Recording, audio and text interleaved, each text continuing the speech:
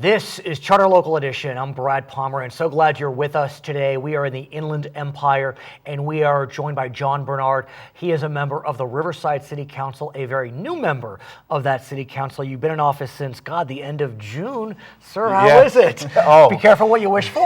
Those words probably been stated a couple of times, but I can tell you that after about 100 and some odd days now, it's one of the most fulfilling things I've done. Really? I'm having an opportunity to grow, to learn more about my city. And one of the things about Riverside, the La Sierra area, the Alanza area, they're passions for me. These are areas of our community that I love. And tell us about those areas for our viewers statewide. Sure. I know them, having the honor of covering the city for a while, but tell me more about those areas. Well, Riverside, we like the fact that we have 26 unique neighborhoods, and they're neighborhoods within our city of Riverside. And as community members and neighborhood members, we're very proud of our individual culture and history of our neighborhoods. But we're equally very strong as a city of Riverside, and it's part of what gives us the strength is that individuality. And so La Sierra is the most western side of Riverside City, and it's known as a rural part, the suburbs to the city of Riverside. Alanza is equally right on the west end, and it's more known for its equestrian estates and the properties within it. So they really bring a lot of opportunity for the community, and they give Riverside that place that's just comfortable to be. Well stated. Tell me what your constituents, what do they hope for? What are their dreams? What are their goals? What are their fears as you're now in your 100+ day of office? You asked a lot of items there, but to address a couple of the visions and goals, I think the West End wants to hold on to its rural atmosphere. They want to hold on to some of that equestrian lifestyle they've got. We want to get trails set up, and the county of Riverside, the city of Riverside, both have extensive trail programs, and we work hard for that. But we need to embed it into some of those equestrian neighborhoods. And that's what I'm getting asked about a lot. As a general proposition, though, sir, when I think about the last 5 or 10 years, Riverside's done pretty well. There were some tough times during the recession, undeniable. But when you think about the entire Inland Empire, this city weathered this storm so well. There was a Renaissance that kept it going, UCR kept it going, La Sierra University kept it going. And so it's interesting because you enter office at a time where, we can always complain, but things aren't so bad. No, things aren't so bad. And we're making strides to go further. And so are people feeling that we're on the other end of the recession and things aren't so bad, and sure, John's going to work hard, but we're in a pretty good place? I think the hope and the opportunity sits out there in the community, and I think optimism is one of the things that Riversiders are known for. And leadership in Riverside has worked hard too to bring those things and put those pieces in place. Our budgets have been balanced. And when I was sworn in on June 30th, they had just passed a budget that was set, and we're asked to live within it for the next 4 years so we can get our debt paid down. And I'm coming into office thinking, I want streets paved, I want trees trimmed, I've got things that I want to see done. But the magic of the staff in Riverside is that we've gotten a lot of streets paved in La Sierra and Alanza.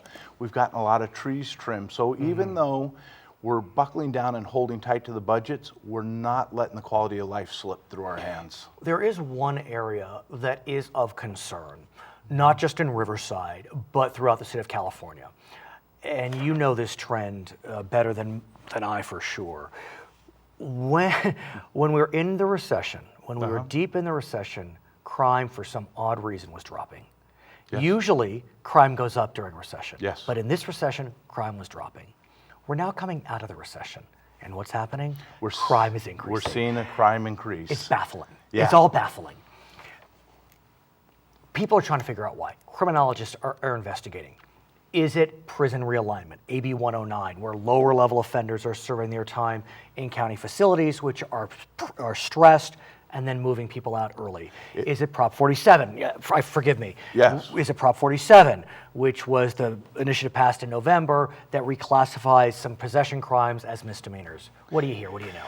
I'm thinking it's a little bit of both. I have in our community several homes that have the early release 109 folks that are put into the community. When you say homes, meaning like halfway houses? Halfway houses Oh, is wow. a good descriptor of them, Okay. and they're legal, they're properly managed, properly licensed, but that still puts those folks in our community. So when we see the petty crimes go up, the auto theft incidences, those can attribute to them. That no matter how well you manage them, they are people that have been released into the community, so that takes place. It's remarkable you say that, because the studies that have come out, if there is any consensus on crime rates and the impact of 109 and 47, it's on that point, which is it does appear that these property crimes that have been spiking are likely the result of 109 and 47. Yes. Now with 47, that took a little different turn on the way the community sees it and what happens. Our police officers may arrest somebody that has small possession of narcotics in their pocket, and it was a felony. And so when it went to the court, the judge could say, I will put you in drug court and give you an opportunity for rehabilitation. Now with it staying as a misdemeanor, they look at the judge and say, I don't think I want to go to that drug court. So we're failing that population by not getting them the help that they need. And that's where we need to focus. Yeah, and let's talk about that, because I may have overstated it a bit when I said the studies indicate 47 increased property crimes, because 47 just passed. But be that as it may, your point is well taken. I've heard this many times, where prior to Prop 47, these possession offenses were wobblers. Yes. And so the prosecution could say, if you go to drug court, if you go into a facility, a rehab program, we'll make it a misdemeanor, we're done. Yeah. Now there's no pressure. They don't have the pressure. They don't have the hammer, shall we say, to encourage the rehabilitation process and part of it. Talking to a couple of Superior Court judges, they have told me that they don't want to send those that do have felony because they're distributors. They're the ones selling the drugs. Of course. They're like, I'm going to send them to drug court, and they're going to get introduced to their next set of clients. Oh my! So we've got to look at it from a statewide. But here's the challenge, sir. You look at this question of what to do with these lower level offenders, and there is growing consensus, Democrats, Republicans, liberals, and conservatives, that incarceration is a failure. That we are getting to a point where we've become prison incorporated.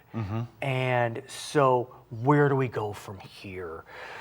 It's frustrating, because you really don't want to see these people go off scot-free, but when they're ingesting drugs and not hurting anyone. Correct. It's a victimless crime. It's a victimless crime. Unless they're so addicted to the drug that they continue to do the property crimes. Of course. So we're doing an injustice by not getting them the treatment and the services. And if a person's addicted to the drugs and they have the opportunity to say, yes, I'll go to drug court, or no, I won't go to drug court, they have a tendency to fall to the no. So from a statewide perspective, we need to get these people help, and it may not mean incarcerating them, but it does mean getting them to drug rehab facilities. But what's tough, I'm sure, for you is you're a council member in the city of Riverside. Yes. You don't have any jurisdiction over these questions. Obviously a leader, but you can use the bully pulpit. You're talking about it here, and that helps. But what do you do? Well, that's part of the reason I wanted to talk about it, is it's important for our community to know. It's important for our community to reach out to the state legislators. I'm talking to Assemblyman Linder. I'm talking to Senator Roth. They're very open to the idea, but they need to hear from the community. They need to know about it, and it affects our lives. The reason it's important to me is it's important to my citizens, that it's affecting the day-to-day life on the streets in Riverside. You heard it here. You heard it here. If you're interested, talk to your members of the state legislature. His name is John Burnard. He is a council member in the beautiful city of Riverside, California. My name is Brad Pomerance, and this is Charter Local Edition.